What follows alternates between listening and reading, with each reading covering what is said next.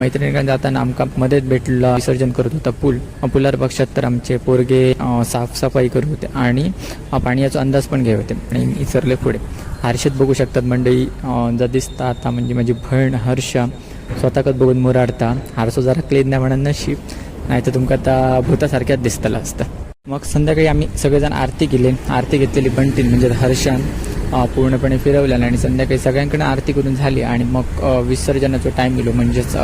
गाराणा घालूचा होता त्यासाठी आम्ही काकांका बोलवले. काळोबा घेतरोबा बांधिया बांधिया गोळा 3 गोळमुखाच्या चाळ्या तू मारायच्या बाबा तिरवळचे मावळे